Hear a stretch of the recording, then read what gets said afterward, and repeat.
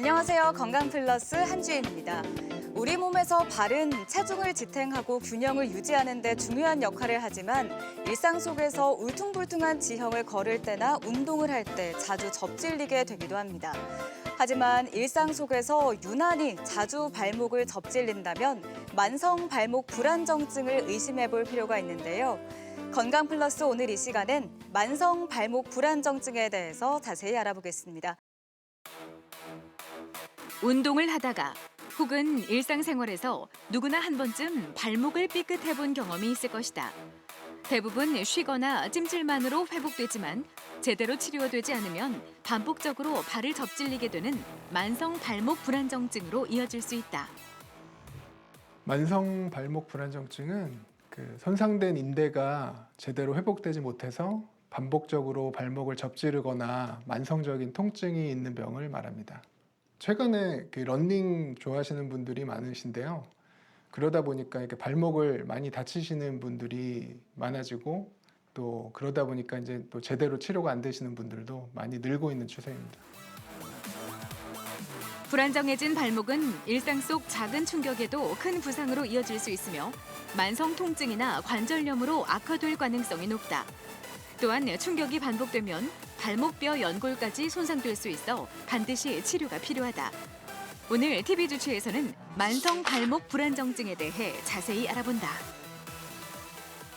오늘 도움 말씀 위해서 나은필병원 정형외과 전문의 유정우 원장 나오셨습니다. 안녕하세요. 안녕하세요. 네, 오늘의 주제가 만성 발목 불안정증인데요. 먼저 어떤 질환인지부터 짚어주실까요? 만성 발목 불안정증은 우리가 이제 발목을 접지르거나 했을 때 인대가 손상이 되는데 그런 손상된 인대가 제대로 회복되지 않았을 때 네. 반복적으로 발목을 다치게 되거나 아니면 발목에 만성적인 통증이 생기는 병을 말합니다. 네, 인대가 손상된 후에 제대로 회복되지 않았을 때 많이 발생한다고 하셨는데요. 네. 그렇다면 우리 몸에서 발목 인대는 어떻게 구조가 되어 있는지 그것부터 살펴볼까요? 예. 우리 인대는 이제 크게는 발목에서 내측과 외측으로 나눠지는데 주로 이제 발목에서 문제가 되는 인대들은 보통 외측 인대입니다. 네. 그러니까 내측 인대 같은 경우는 굉장히 단단한 구조로 되어 있고 이중 구조로 되어 있는 반면에 외측 인대는 지금 사진에 보시는 것처럼 전거비 인대라고 해서 바깥쪽 복숭아뼈의 앞쪽으로 가는 인대, 그 다음에 종비 인대라고 해서 아래쪽으로 가는 인대, 그 다음에 후거비 인대라고 해서 뒤쪽으로 가는 인대. 크게는 이렇게 세 개로 구성이 되어 있고요. 네. 저희가 보통 임상적으로 중요하게 보는 것이 앞쪽 인대랑 아래쪽으로 가는 종비 인대 두 가지를 보통 중요하게 보고 있습니다. 네, 발목 관절의 안정성을 유지하는 데 중요한 역할을 하는 발목인데도 위치에 따라서 종류가 좀 나뉜다고요. 예. 보통 저희가 임상적으로 중요하게 보는 인대가 사진에서 보이는 전거비 인대하고 종비 인대 두 가지인데 전거비 인대는 위쪽 밴드랑 아래쪽 밴드 두 가지로 구성이 되어 있고 종비 인대는 하나의 밴드로 되어 있습니다. 후거비 인대라고는 뒤쪽으로 있는데 보통 임상적으로는 크게 중요하지는 않는 게 보통은 골절과 관련해서 많이 문제가 되는 경우가 많아서 이렇게 인대 손상에서는 그러니까 경미한 인대 손상에서는 주로 앞쪽에 있는 인대를 주로 확인을 하고 진단을 하고 있습니다. 네, 그렇다면 만성 발목 불안정증을 일으키는 원인에는 어떤 것들이 있을까요? 일단은 가장 흔한 것은 우리가 이제 발목을 삐었다고 하는 거죠. 발목을 접질렀을 때 인대가 늘어나거나 파열되는 그런 발목 인대 손상이 가장 흔한 원인이 되고요. 그 다음에 이제 근육이나 이제 신경의 손상이 있는 경우에도 발생을 할 수가 있는데 발목 인대를 보조해주는 가장 중요한 힘줄인 이제 비골건, 그 비골건이라는 힘줄이 손상이 됐을 때, 그리고 반복적인 손상으로 인해서 이제 이 인대뿐만 아니라 그 인대 주변에 있는 신경 같은 게 다치는 경우가 있는데 이런 경우는 이제 고유신경 손상이라고 저희가 진단을 하고 그런 경우에도 인대는 문제는 없지만 환자분이 이제 발목을 유지하고 안정하는 데 중요하게 역할을 하는 신경의 손상이 있어서 통증이나 이런 불안정이 발생을 하게 되는 경우가 있습니다. 네. 그리고 이제 발목에 이제 부골이 있다든지 아니면 뭐 드물긴 하지만 이제 류마티스 관절염 같은 그런 질환을 갖고 계신 분들 같은 경우는 발목에 이제 기능적으로 많이 이제 떨어지고 인대 기능이 약화되기 때문에 이제 그런 질환을 갖고 계신 분들도 이제 이런 그런 만성 발목 불안정증이 생길 수 있습니다. 평소에 좀 굽이 높은 신발을 신거나 하면 발목에 아무래도 무리가 많이 가잖아요. 이렇게 좀 일상 속에서 생활 습관 주의해야 할 점들이 있을까요? 지금 말씀하신 그 굽이 높은 신발 같은 경우가 그러니까 결국은 이제 발목을 안 다치게 하는 게 제일 중요한데 네. 그런 이제 신발 선택이 굉장히 중요합니다. 우리가 이제 항상 신발을 신고 뭐 활동을 하기 때문에 굽이 높은 신발은 당연히 발목 건강에 좋지는 않고요. 저희가 이제 신발하고 또 같이 중요하게 보는 게 그런 내가 걸어 다니거나 활동을 하는 그런 환경. 그러니까 보통 평지에서는 잘 다치는 일이 많지는 네. 않은데 보통 이제 비탈진 길이거나 아니면 이제 뭐 자갈밭, 뭐 아니면 산 같이 이제 좀 바위나 이런 것들을 좀 울퉁불퉁하게 있는 그런 곳에서 활동을 이제 많이 하는 경우에는 굉장히 이제 발목을 다칠 그 확률이 높아지기 때문에 이제 그런 장소에서는 특히 주의를 좀 해야 됩니다. 네, 그렇다면 만성 발목 불안정증의 원인을 하나씩 짚어보도록 하겠습니다. 먼저 발목 염좌가 있었는데요. 흔히 발목을 삐거나 접질렀을 때 발생하는 질환인 거죠? 그렇죠. 예. 이제 인대라는 구조 자체가 이제 관절을 안정을 시켜주는 구조인데 이게 이제 접질렀다는 것 자체가 이제 관절이 꺾였다는 얘긴데 네.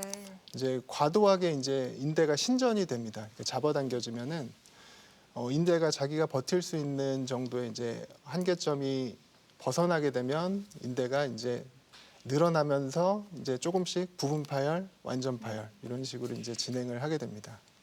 앞쪽 인대를 보통 먼저 다치는 경우가 많고 그다음에 이제 조금 더 진행이 되면은 이제 종비 인대, 아래쪽으로 가는 인대 그리고 아주 심하게 이제 골절까지 발생하는 경우에는 뒤쪽 인대까지 이렇게 다치게 됩니다.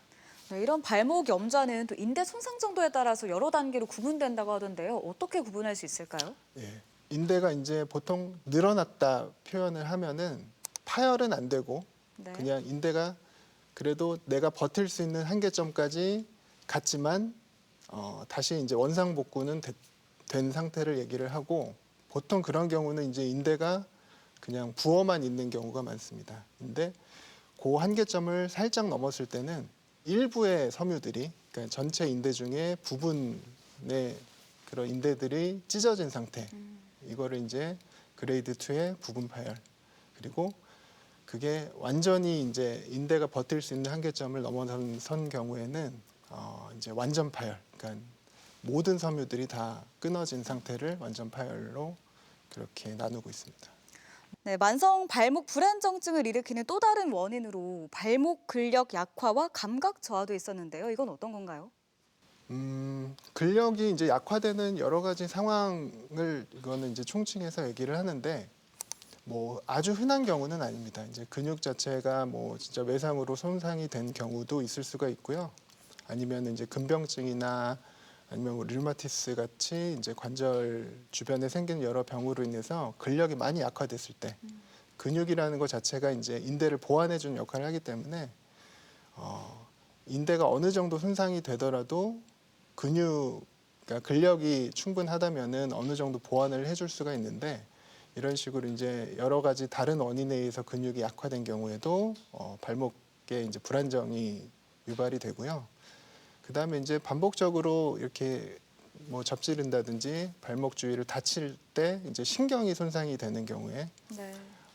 이제 결국에는 이제 내가 이제 발목을 안정적으로 잘 위치나 내 자세나 이런 게 안정적으로 유지가 되고 있구나를 이제 신경을 통해서 우리가 이제 알 수가 있는데 그런 신경의 손상이 있는 경우에도 인대에는 큰 손상이 없다고 해도 내가 이제 발목이 꺾여 있는데 그거를 그냥 꺾인지를 잘 모르고 뭐 딛는다든지 뭐 이런 식으로 해서 여러 가지 이제 증상 그 발목 불안정증 증상을 유발을 할 수가 있습니다. 네, 또 하나의 원인으로는 기저질환이 있었는데요. 네. 발목 기저질환 어떤 것들이 있나요? 기저질환 같은 거에 이제 가장 저희가 대표적으로 확인을 해보는 게 그 전신 인대 이완증이라는 병입니다.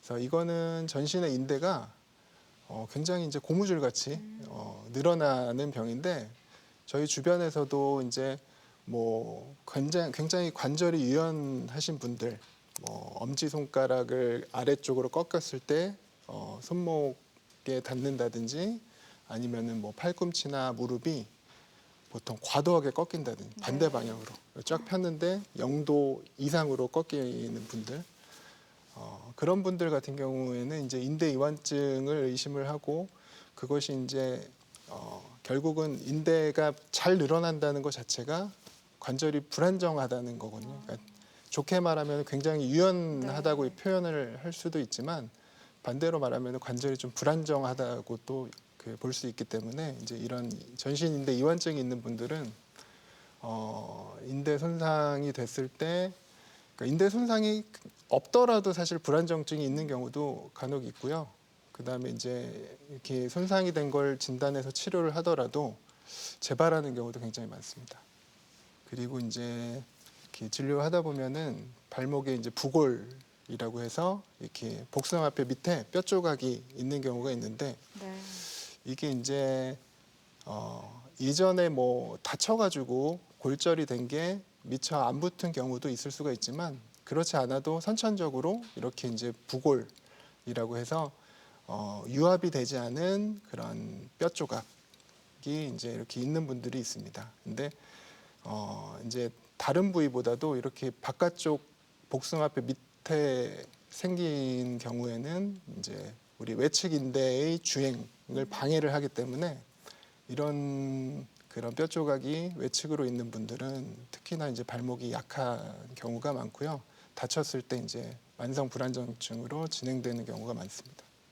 대전 MBC 건강플러스 오늘은 만성 발목 불안정증에 대해서 알아보고 있는데요. 이번엔 직접 병원에 찾아가서 환자들을 만나보고 만성 발목 불안정증에 대해서 알아보겠습니다. 화면으로 만나보시죠.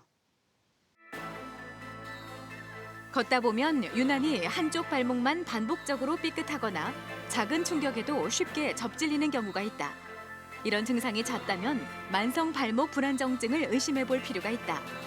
반복적인 발목 염좌로 인대가 늘어나고 안정성을 잃은 상태일 수 있기 때문이다. 최근 러닝을 즐기는 사람들이 늘어나면서 만성 발목 불안정증에 걸리는 환자 수도 증가하고 있다.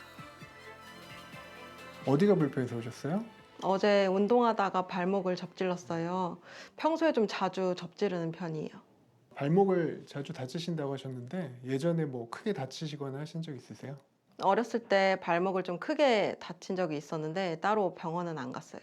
그러면은 발목 어느 부위가 어떻게 아프세요? 복숭아뼈 주위로 붓고 통증이 있는 것 같아요. 만성 발목 불안정증의 대표적인 증상은 발목이 쉽게 꺾이고 특정 지형을 걸을 때 균형을 잡기 어려운 느낌이 드는 것이다. 특히 장시간 활동할 때 발목에 통증이 오는 경우가 많으며 시간이 지날수록 발목 관절 주변의 인대나 힘줄이 약해질 수 있다. 이완자분 같은 경우는 발목을 지속적으로 접질리시는 분인데 아마 초기에 치료가 제대로 되지 않아서 깁스 기간이 충분하지 않거나 해서 지금 만성 불안정증 상태로 진행이 된 것 같습니다. 추가로 진행한 스트레스 검사하고 MRI 검사에서 인대가 늘어나서 회복이 되지 않은 게 확인이 돼서 이분은 추후에 수술적 치료를 시행해야 할 예정입니다. 만성 발목 불안정증이 의심되면 먼저 신체 검사를 통해 발목을 특정 방향으로 움직여 인대의 이완 정도와 통증 유무를 확인한다. 그리고 방사선 검사를 통해 발목 관절의 뼈 구조를 확인하고 스트레스 방사선 검사를 통해 발목에 힘을 줘 불안정성의 정도를 객관적으로 측정한다. 추가적으로 인대의 손상 정도를 파악하기 위해 초음파 검사와 MRI 검사도 시행할 수 있다. 어떻게 오셨어요? 제가 2달 전에 계단에서 내려오다가 발목을 삐끗해서 동네 병원에서 치료를 받았는데 통증이 계속 있어서 왔습니다. 어디가 어느 정도 불편하세요? 지금 왼쪽 복숭아뼈 있는 데가 다친 지 2달 됐는데도 계속 통증이 있어요. 그때 어떤 치료 받으셨어요? 기브스 2주 정도 했어요. 그리고 예전에 발목을 자주 다치신 적이 있으세요? 이번에 다친 거 말고는 그 전에는 따로 특별히 다친 적이 없는 것 같아요. 만성 발목 불안정증의 가장 흔한 원인은 반복적인 발목 염좌이다. 특히 발목 바깥쪽 인대가 손상된 후 제대로 치료받지 않거나 재활 과정이 충분하지 않았을 때 발생한다. 또한 전신 인대 이완증과 같은 기저 질환이 있는 경우에도 발생할 수 있다. 이완자분 같은 경우는 최근에 한 번 다치고 나서 이제 통증이 지속되신 분들인데요. 아마 다쳤을 때 손상이 좀 심했던 것 같습니다. 그래서 아직까지 미처 회복이 안 된 것 같고 시행한 검사에서 이제 불안정증이 확인이 됐고 2달이 넘었기 때문에 이분도 만성 불안정증으로 진단을 할 수가 있을 것 같고요. 그래서 이분 같은 경우는 증상이 심하지 않기 때문에 그냥 재활치료, 보통은 이제 근력 강화 운동을 시행할 예정입니다. 만성 발목 불안정증의 치료 방법은 인대 손상의 정도와 파열의 위치에 따라 달라진다. 심하지 않은 초기에는 발목의 안정성을 높이기 위해 보조기 착용과 함께 체외 충격파 물리치료와 프롤로 주사 치료가 효과적일 수 있다. 인대 손상이 심해 보존적 치료로 회복하기 어렵다면 인대 봉합술이나 재건술과 같은 수술 치료를 시행할 수 있다.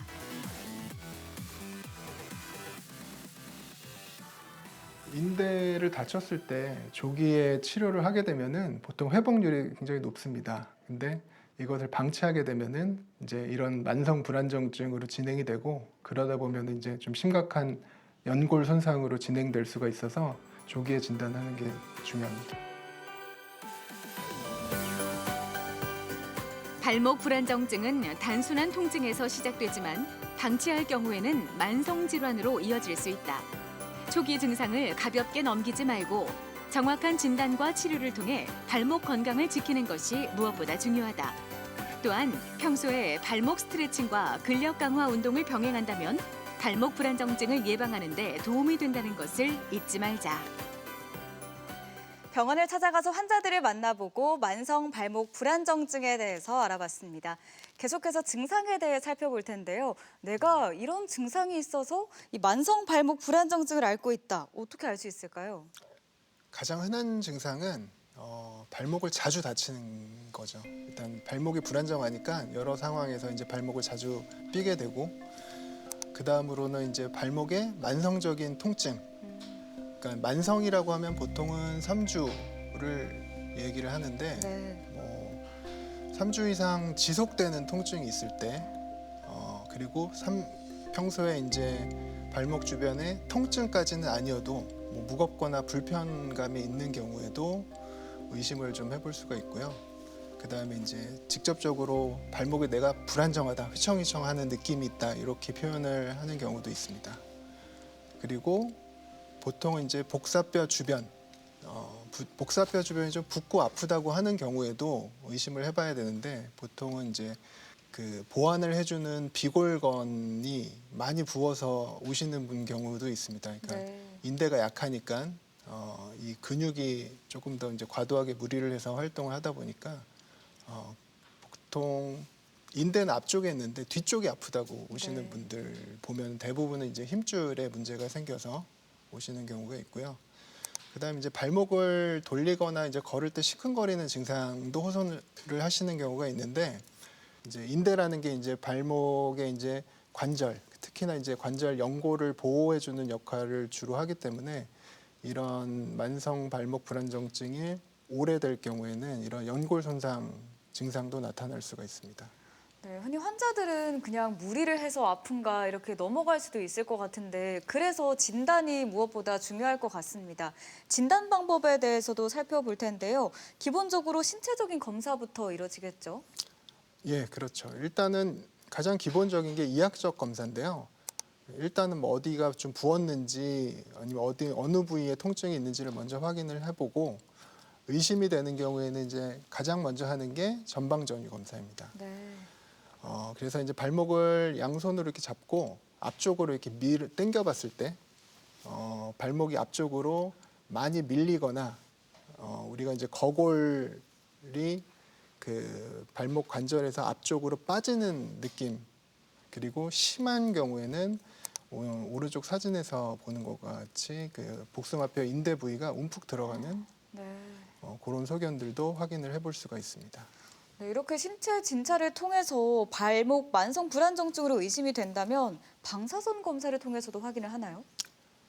그렇죠. 일단은 방사선 검사는 가장 기본적으로 이제 저희 정형외과에서는 하는 검사고, 아까 말했던 그런 부골 같은 게 있는지, 그리고 연골에 혹시 어느 정도 손상이 있는지를 가장 그냥 간단하게 확인을 해볼 수 있는 검사 방법이고요. 그다음에 이렇게 단순히 그 정지된 영상을 확인하는 것 이외에도 이렇게 발목을 직접적으로 이제 꺾어서 촬영을 하는 이제 스트레스 엑스레이 검사가 있는데, 이 인대가 어느 정도 이제 우리의 스트레스에 얘네들이 버티는지를 직접적으로 확인을 해볼 수 있는 검사입니다. 그래서 이렇게 발목을 앞쪽으로 밀어서 엑스레이를 비교해서 찍었을 때 양측을, 그러니까 건측과 환측의 차이가 1cm 이상 나는 경우를 저희가 양성고를 보통 판단을 하고 있고요. 거골 경사를 이제 확인을 하는데, 이제 보통 이제 기계로 확인을 합니다. 모든 환자를 이제 같은 힘으로 꺾었을 때 그 외측의 이제 관절이 어느 정도 각도로 벌어지는지, 이제 그 각도를 참고해서 치료에 참고를 하고 있습니다. 아, 그럼 이게 이 뼈의 기울기를 측정해서 이루어지는 검사인 거죠? 예. 네, 이외에도 또 추가적으로 시행되는 검사법 어떤 것들이 있을까요? 이런 식으로 이제 발목의 불안정증을 이런 그 스트레스 검사로 확인을 했다면은 일단 이제 다음 단계로는 인대의 상태를 확인을 해야 됩니다. 그래서 인대를 볼 수 있는 검사가 대표적인 게 이제 초음파 검사하고 MRI 검사인데, 보통 이제 접근성이 가장 좋은 건 초음파 검사니까 보통 1차 검사로는 많이 시행을 하고 있습니다. 그래서 사진에서 보는 것처럼 정상적인 전거비 인대의 그런 초음파 사진인데요. 보통은 이렇게 직선 형태로 잘 되어 있고, 그러니까 탄력이 괜찮고 두께가 보통은 2mm 정도, 2mm 내외 정도의 두께가 보인다면은 정상적인 상태로 확인이 되는 거고요. 네, 아래 그림은 파열은 아니지만 조금 두꺼워져 있는 경우로 보고 네. 있습니다. 그러니까 부종이 좀 있고, 심한 경우에는 이제 이렇게 균열이 간 게 균열 자체를 확인을 했을 때는 그냥 파열로 진단을 하고, 이 발목 인대뿐만 아니라 주변 관절 상태까지 모두 종합적으로 확인하기 위해서는 결국 발목 그 MRI 검사를 하게 되는데요. MRI 검사에서는 이제 초음파 검사에서는 확인하기 힘든 연골 상태라든지 주변에 이제 근육이나 힘줄의 주행 경로를 모두 다 확인할 수 있기 때문에 가장 네. 좋은 검사고요. 왼쪽 같은 경우는 정상적인 그런 전거비인데 그 MRI 사진으로 보이는데, 오른쪽 같은 경우는 지금 인대가 가다가 중간에 끊어져 있고 가운데 이제 하얗게 이제 우리가 그 관절액이 내지는 혈액이 고여 있는 걸로 의심할 수 있는 소견이 보이고 있어서 오른쪽 같은 경우는 이제 완전 파열된 인대 상태입니다. 그래서 MRI로 이제 최종적인 주변 상태까지 확인을 하게 되면은 이제 뭐 그것을 바탕으로 이제 치료를 결정을 하게 됩니다. 네, 계속해서 치료법도 살펴보도록 하겠습니다. 우선 초기일 경우에는 치료를 어떻게 진행할까요? 일단 가장 초기에는 그 보조기 치료를 보통 시행을 하는데요. 이게 이제 일단 처음에 병원에 오셨을 때는 이게 급성 그냥 손상인지 아니면 이게 정말 만성 불안정증인지 이제 모호한 경우가 많기 때문에 일단은 뭐 보통 이제 가장 대표적으로는 발목 보호대. 그러니까 보호대라는 것 자체가 발목 관절이 과도하게 꺾이는 거를 이제 외부에서 막아주는 그런 제품이기 때문에 그런 보조기를 착용을 하고 뭐 약을 보통 처방을 해서 어느 정도 증상이 호전이 있는지를 확인을 먼저 해보고요. 그 이외에는 뭐 뒤꿈치 패드라든지 여러 뭐 낮은 급 신발, 그 발목발 보조기들이 있는데 보통은 우리나라에서는 사실 처방을 병원에서 직접적으로 이런 보조기 처방을 하는 경우에는 그 보통 보호대 위주로 처방을 하고 네. 이런 보조기나 아니면 이제 뭐 그 신발의 패드나 이런 것들은 병원에서 직접 제작을 하거나 하는 경우는 많지는 않아서 보조기 치료는 보통은 그냥 보호대 정도 시행을 하고 있고요. 그 다음으로 많이 이제 하는 치료가 이제 근력 운동인데 보통은 그 인대 손상을 이제 보조를 많이 해주는 비골건 같은 경우는 그 종아리 외측에 있기 때문에 그 사진에서 보시는 것처럼 종아리 전체를 하는 운동도 당연히 이제 외측도 같이 운동이 되기 때문에 효과가 있지만 그 오른쪽 사진에서 보이는 것처럼 안쪽에서 바깥쪽으로 이렇게 고무줄을 걸어서 외전을 시키는 운동, 바깥쪽으로 그러니까 발목을 돌리는 운동이 그 비골건을 가장 직접적으로 이렇게 그 강화시킬 수 있는 운동이기 때문에 이런 비골건 강화 운동을 가장 많이 추천을 하고 있습니다. 네, 이런 운동은 스스로 집에서도 좀 할 수 있을 것 같은데요. 초기에는 환자들의 의지가 예후에 또 영향을 많이 주나요? 그렇죠. 일단은 저희가 이제 운동을 하세요 했을 때 진짜로 운동을 많이 하고 오시는 분이 계신 반면에 네. 거의 이제 운동 치료를 했을 때 이 순응도가 많이 떨어지시는 분들도 많이 계시기 때문에 내가 의지가 좀 없다 그러면은 보통은 이제 병원에 이제 재활치료실이 있는 병원들은 그 보통은 그 재활치료실에서 선생님들이랑 같이 할 수 있는 처방을 보통은 저는 내서 환자분들이 그래도 병원에 꾸준히 와서 그래도 강제로라도 조금씩 할 수 있게 그렇게 하고 있습니다. 네, 이렇게 근력 운동을 하거나 보조기를 착용해도 좋아지지 않는다면 그때는 어떻게 해야 할까요? 이런 보존적인 치료에 안 듣는 경우는 이제 그 다음 단계로는 이제 주사 치료를 생각을 해볼 수가 있는데 주사 치료 같은 경우는 모든 불안정증 환자에서 다 시도를 해볼 수 있는 것은 아니고요.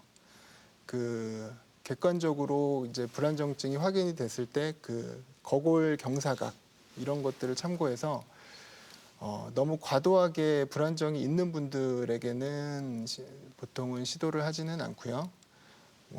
좀 수술하기에는 조금 경미하다고 생각이 되는 경우는 그 다음 단계로 보통은 이런 프롤로 주사를 선택을 해서 치료를 하는데요. 프롤로 치료라는 것의 원리가 그 손상된 인대 자체에 인위적인 손상을 주는 건데 우리가 이제 우리 몸은 어떤 조직이 손상이 됐을 때 그게 이제 아물면서 이렇게 쪼그라드는 그런 성질이 있는데 그런 성질을 이용해서 좀 고농도의 포도당을 이렇게 그 직접적으로 인대 직접 주입을 해가지고 인대에 이제 인위적인 손상을 일으켜서 그게 이제 회복되는 과정에서 쪼그라들면서 발목에 인대가 조금 더 이제 안정이 되게 만들어주는 그런 치료입니다. 이러한 이제 주사 치료에 해당되지 않거나 아니면 주사 치료를 했는데도 증상에 호전이 없는 경우에는 그 다음 단계로 이제 수술을 시행을 해볼 수 있습니다. 네.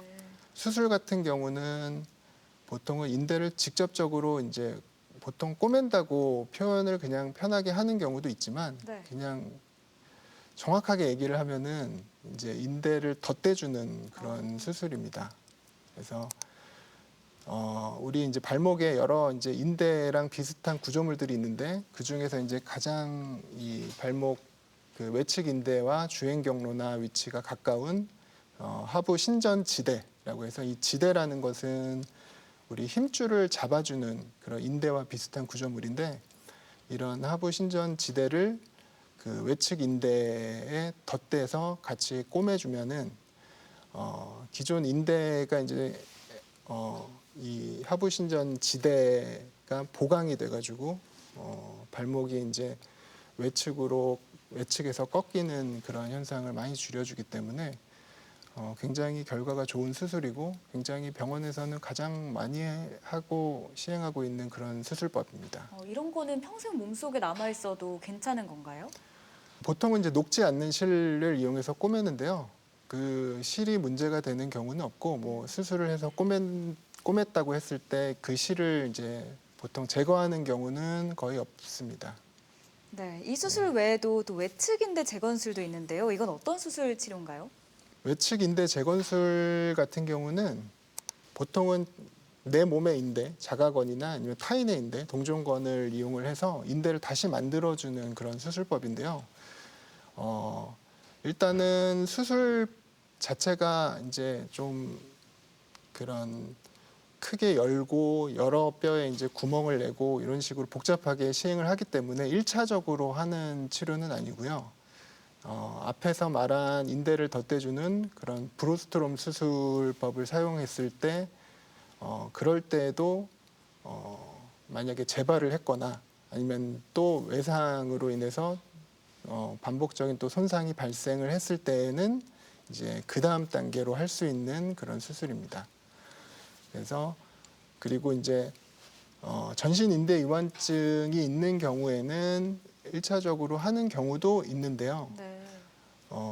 왜냐하면 이제 인대 이완증이 있는 경우에 브로스트롬 수술을 했을 때 재발하는 빈도수가 그 정상적인 인대보다는 꽤 높기 때문에 환자에 따라서는 아주 심한 전신 인대 이완증이 있는 경우에는 아예 이제 이렇게 타인의 인대를 보통 사용을 하면은 그런 인대 이완증에 해당이 안 되기 때문에 그런 경우에도 뭐 시행을 해볼 수가 있습니다. 최근에는 이제 우리가 이제 편하게 인공 인대라고 얘기를 하는데 이게 실제로 인대를 이식을 해서 새로 만들어주는 치료 이외에도 이런 식으로 이제 최근에 나온 그런 인공 인대라고 하는 그런 섬유질을 이용한 이런 두꺼운 실을 덧대주는 방법인데 이거는 이제 기존 인대는 그냥 두고 그 옆에다가 이런 그 두꺼운 섬유 인대를 섬유 그런 실이죠. 실을 보강을 해줘서 관절이 이제 많이 벌어지지 않게 해서 이런 불안정증을 치료를 할 수도 있습니다. 네, 이렇게 수술적 치료를 해도 이후에 재활 과정이 무엇보다 중요할 것 같은데요. 재활 치료는 어떻게 이루어질까요? 불안정증 수술 후에 그 관절이 이제 굳어 있는 상태에서 일단은 1차적으로는 스트레칭과 같이 관절을 풀어주는 그런 재활을 먼저 시행을 하고 그 다음 단계에서는 인대 자체를 직접 강화시켜주는 운동은 없기 때문에 네. 보통 가장 흔하게 할 수 있는 그런 재활 운동이 비골권 강화 운동입니다. 그거는 이제 치료이자 이제 재활 개념으로도 환자들한테 항상 얘기를 해서 어쨌든 근육이 강하면은 인대가 좀 약해도 우리가 이제 보완을 충분히 해줄 수가 있기 때문에 수술 후에 가장 중요하게 강조를 하는 것이 이제 비골권 강화 운동 같은 그런 근력 운동입니다. 네, 평소에 좀 운동을 좋아하시는 분들은 수술 이후에 얼마가 지나야 운동을 할 수 있을까 이런 것도 궁금해하실 것 같고 또 어떤 스포츠는 좀 피하는 게 낫다 이런 게 있을 것 같은데요. 어떤 게 있을까요? 일단은 운동하는 시기는 이제 저희가 환자의 그런 뭐 나이나 이제 운동 그런 성향을 보고 판단을 하게 되는데요. 그래도 가장 안심하고 할 수 있는 것은 보통은 일반적으로는 3개월로 설명을 드리고 있고요. 가장 피해야 되는 운동은 이제 발목을 많이 쓰는 운동. 그러니까 예를 들어 좌우 움직임이 많은 운동. 네. 그러니까 뭐 농구라든지 축구, 그다음에 테니스 가장 대표적인 운동들인데 발목을 많이 쓰는 이런 운동들은 어쨌든 가급적이면 안 하는 게 가장 좋고 하더라도 굉장히 좀 주의를 해야 될 것 같습니다. 네, 끝으로 생활 속에서 이 발목의 불안정증을 좀 예방할 수 있는 방법에 대해서 알고 싶은데요. 알 수 있을까요? 예방하는 거는 우리가 이제 발목을 접질렀거나 이제 삐었을 때 그 관리 초기 치료가 가장 중요한 것 같습니다. 그래서 가장 흔한 원인 자체가 이제 발목을 다치는 거로 시작이 되기 때문에 일단은 기본적으로 발목을 안 다치게 하는 것이 가장 중요하고, 그러니까 뭐 신발이나 이런 것들을 이제 굽이 높은 신발이 이런 것들은 가급적으로 안 신어서 애초에 발목을 안 다치게 하는 것이 가장 좋고요. 그 다음에 이제 발목을 접질렀거나 뭐 병원에서 이제 인대 파열이나 이렇게 진단을 받았을 때는 발목을 너무 무리하게 쓰려고 하기보다는 그러니까 정확한 진단 후에 발목을 보통 부목 고정 초기에 가장 많이 하는 게 부목 고정인데 보통 인대 파열에 따라서 짧게는 2주에서 한 달 길게는 한 달까지도 이런 부목 고정 치료를 조기에 이제 시행을 했을 때 그 만성 발목 불안정증으로 진행을 가장 효과적으로 예방을 할 수가 있고요. 그 다음에 이제 평소에도 발목 이제 스트레칭이라든지 종아리 쪽에 근력을 강화해 줄 수 있는 여러 가지 그냥 체육 활동들은 기본적으로 그냥 하는 것이 가장 좋을 것 같습니다. 대전 MBC 건강 플러스 오늘은 만성 발목 불안정증에 대해서 알아보고 있는데요. 계속해서 이와 관련한 오해와 진실을 OX 퀴즈로 풀어보도록 하겠습니다. 먼저 첫 번째 질문입니다. 발목을 삐었어도 통증이 없으면 다 나은 것이다. O일까요, X일까요? X입니다. 발목을 삐었을 때 이게 이제 상황에 따라 다를 수는 있지만 보통 가만히 있거나 평지에 그냥 걸을 때는 증상이 없는 경우도 있을 수가 있거든요. 네. 그래서 실제로 인대 손상이 아주 심하고 인대 파열이 심할 때도 평소에는 잘 모르고 있다가 뭐 등산을 가거나 좀 안 좋은 길을 갔다 오고 나서 이제 그런 불편함을 호소하시는 분들도 종종 있기 때문에 통증이 없다고 하더라도 그러니까 평소에 통증이 없다고 하더라도 발목을 이제 좀 인대를 많이 쓰는 활동들을 했을 때 불편한지까지도 같이 확인을 해봐야 될 것 같습니다. 네, 다음 OX 질문입니다. 발목이 가늘면 자주 접질린다. 이건 O일까요, X일까요? 그것도 X입니다. 발목 두께하고 인대 강도는 크게 상관은 없고요. 네. 뭐 발목이 두껍다는 거는 결국은 이제 우리 그 뼈가 두껍다는 건데 뭐 뼈가 두꺼우면은 간접적으로 뭐 인대나 이런 것들이 강할 수도 있겠지만 뭐 실제로 보면은 굉장히 몸이 비대하고 뭐 발목도 굉장히 두꺼운 분들도 체중이 많이 나가게 되면은 발목을 굉장히 쉽게 다칠 수가 있기 때문에 그 크게 상관은 없는 것 같습니다. 두께는. 네. 이어서 OX 질문 드리겠습니다. 발목을 삐었을 경우에 냉찜질보다 온찜질이 더 효과적이다. O일까요, X일까요? X입니다. X예요? 그러니까 발목을 삐었을 때라고 했으니까 발목 이제 급성 손상 같은 경우에는 초기에는 이제 보통 우리가 인대 파열이 있을 때 가장 특징적으로 발목이 부어오르고 열감이 느껴지고 아프고 하는 건데 가장 효율적으로 그 증상을 조절하는 방법이 이제 냉찜질이고요. 네. 근데 이제 냉찜질을 뭐 과도하게 너무 차갑게 하거나 뭐 오래 할 필요까지는 없고 보통은 2, 3일 안쪽으로 냉찜질을 하고 그 이후에는 뭐 이제 회복되는 과정에서 온찜질은 오히려 이제 혈류량을 높여주고 해서 도움이 될 수는 있는데 그러니까 수상 직후에는 냉찜질이 좋은 것 같습니다. 네, 다음 질문인데요. 발목을 삐어서 통증이 있을 경우 무조건 쉬어야 한다. 이건 O일까요, X일까요? 그거는 세모입니다. 세모요? 예. 뭐 의사 입장에서는 그냥 아무것도 안 하고 쉬게 하는 편이 당연히 회복만을 생각했을 때는 가장 좋은데요. 네. 근데 우리가 이제 보통 병원에서 환자들을 보면은 환자분들이 보통 다 생계를 위해서 뭐 일도 하거나 아니면 뭐 학생이면 공부를 하거나 자기의 이제 일이 있는데 그런 거를 이제 일시에 중단하기는 쉽지 않기 때문에 깁스라든지 뭐 보조기라든지 그래도 인대가 손상이 됐을 때 보조를 해줄 수 있는 기구들을 그냥 잘 착용을 했다면은 어느 정도의 활동은 가능한 것 같습니다. 네. 이어서 마지막 OX 질문입니다. 발목 건강을 위해서는 쿠션이 두꺼운 운동화가 좋다. O일까요, X일까요? 이건 X라고 해야 될 것 같습니다. 네.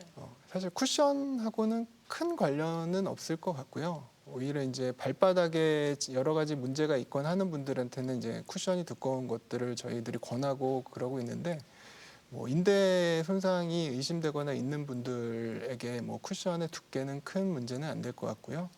오히려 이제 굽이 높아지면 이렇게 발의 높이가 높아지면은 손상될 그런 가능성도 또 높아질 수가 있기 때문에 뭐 다쳤다고 굳이 높은 쿠션의 그런 신발을 신을 필요는 없을 것 같습니다. 대전 MBC 건강 플러스 오늘은 만성 발목 불안정증에 대해서 알아보고 있는데요. 계속해서 시청자 여러분들의 궁금증도 풀어보도록 하겠습니다. 첫 번째 질문인데요. 평소에 자주 발을 삐어서 일상생활이 힘들 정도인데 발목을 건강하게 하는 운동법 있을까요? 라고 질문 주셨거든요.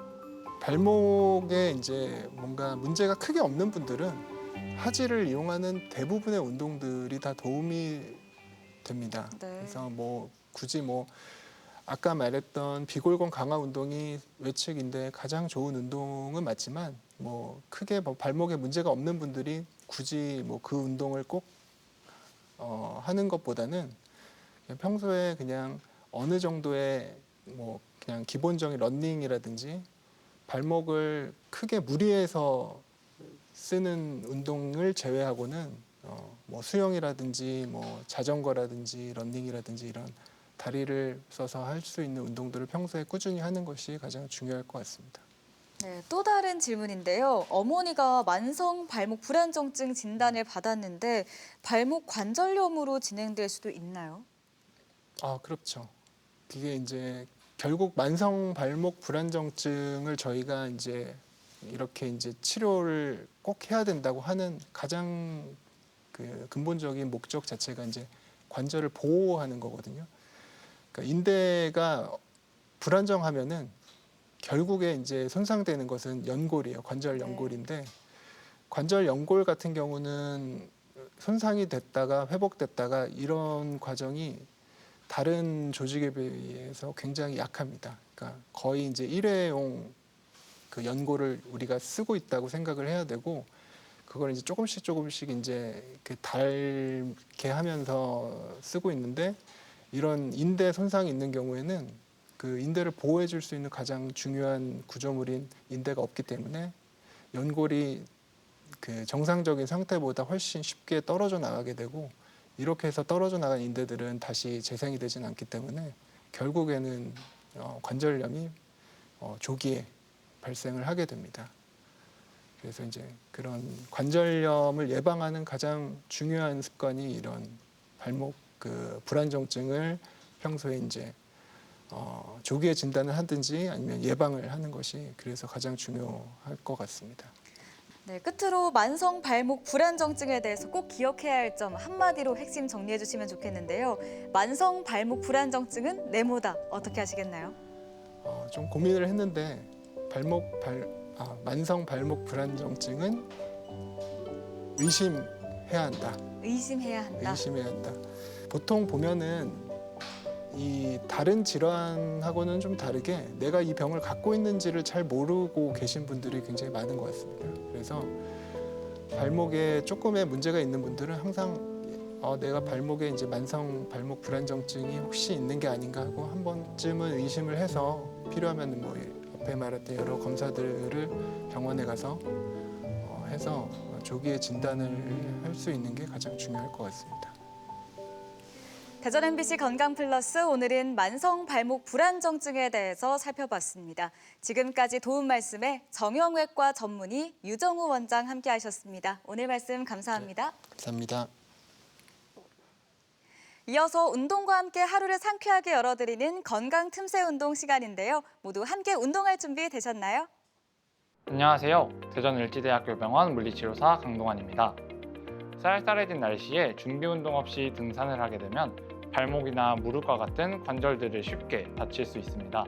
소중한 내 몸을 지킬 수 있는 등산 전에 하기 좋은 스트레칭과 준비 운동들을 함께 배워보도록 하겠습니다. 첫 번째 스트레칭은 허벅지 앞쪽인 대퇴사두근 스트레칭입니다. 우선 발은 어깨 넓이로 편하게 벌려서 서주시면 되고요. 스트레칭 하고자 하는 다리를 들어서 무릎 뒤쪽으로 구부려줍니다. 그리고 같은 쪽 손을 발목으로 잡아주시고요. 발 뒤꿈치가 엉덩이에 닿을 수 있도록 당겨줍니다. 이때 몸통이 구부러지지 않도록 몸통을 편 상태를 유지해 주시고요. 골반이 살짝 앞으로 나온다는 느낌으로 앞에 허벅지가 늘어난다는 느낌을 주시면 좋습니다. 한 발로 서는 게 어려우신 분들은 등산용 스틱을 준비해 주시고 반대쪽 손으로 스틱을 잡으신 이후에 똑같이 동작을 진행해 주시면 되겠습니다. 이렇게 30초간 3번 반복해 주시면 되겠습니다.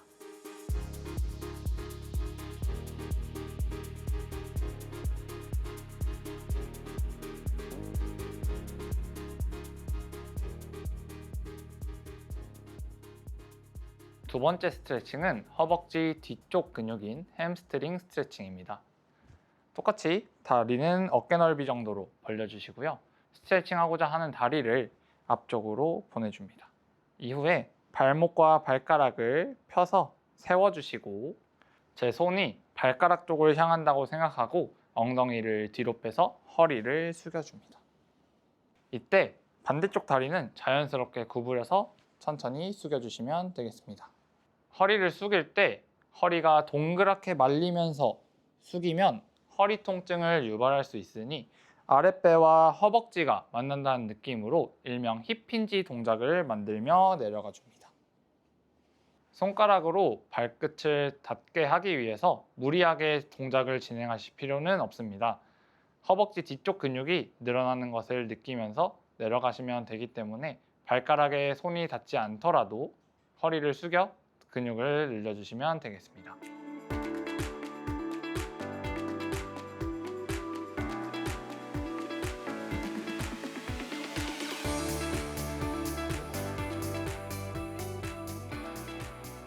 세 번째 스트레칭은 종아리 스트레칭입니다. 스트레칭하고자 하는 다리를 뒤쪽으로 보내주시고 반대쪽 다리는 앞쪽으로 보내줍니다. 앞쪽 무릎은 구부리고 뒤쪽에 있는 발은 뒤꿈치가 바닥에 닿아 있는 상태를 유지하면서 몸통을 앞으로 구부려줍니다. 또한 체중은 오른쪽 다리, 즉 앞에 있는 다리에 실어서 뒤쪽 종아리를 쭉 늘려주시면 되겠습니다. 이때 앞으로 구부리는 다리가 안쪽으로 돌아가지 않도록 바깥쪽으로 유지할 수 있도록 해줍니다.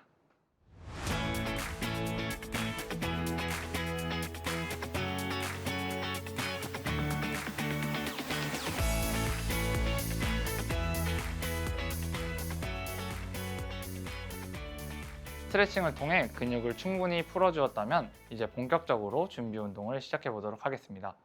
첫 번째 운동은 무릎 부상을 방지할 수 있는 운동입니다. 다리는 어깨 넓이보다 조금 더 넓게 벌려주시고 무릎을 살짝 구부려서 기마 자세를 만들어줍니다. 팔은 편하게 어깨로 올려주시고 꽃게가 옆으로 걸어가듯 좌우로 움직여줍니다. 이때 무릎이 안쪽으로 모이지 않도록 바깥쪽으로 가 있는 상태를 유지하면서 좌우로 이동해 주시면 되겠습니다. 이렇게 하게 되면 무릎이 안쪽으로 돌아가는 것을 방지해서 무릎 부상을 예방할 수 있습니다.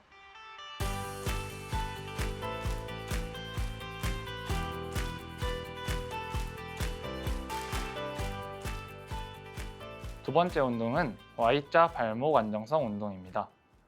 우선 운동하고자 하는 다리로 한발서기를 진행해 줍니다. 우리 몸 앞에 한 점, 그리고 뒤에 2점이 있다고 생각하고 Y자를 그려주신 다음 들고 있는 다리를 그 점으로 각각 이동시켜 줍니다. 이때 한발서기를 유지하고 있는 다리는 자연스럽게 구부리면서 각 점으로 이동시켜 주면 되겠습니다. 한발서기가 어려우신 분들은 등산용 스틱이나 나무나 벽과 같은 구조물을 잡고 해당 동작을 진행해 주시면 되겠습니다. 이때 지지하고 있는 손에 너무 많은 체중이 실리지 않고 운동하고 있는 다리에 체중이 실릴 수 있도록 잡고 있는 손에는 힘을 최대한 빼주시면서 넘어지지 않는 데에만 집중해서 운동을 진행해 주시면 되겠습니다.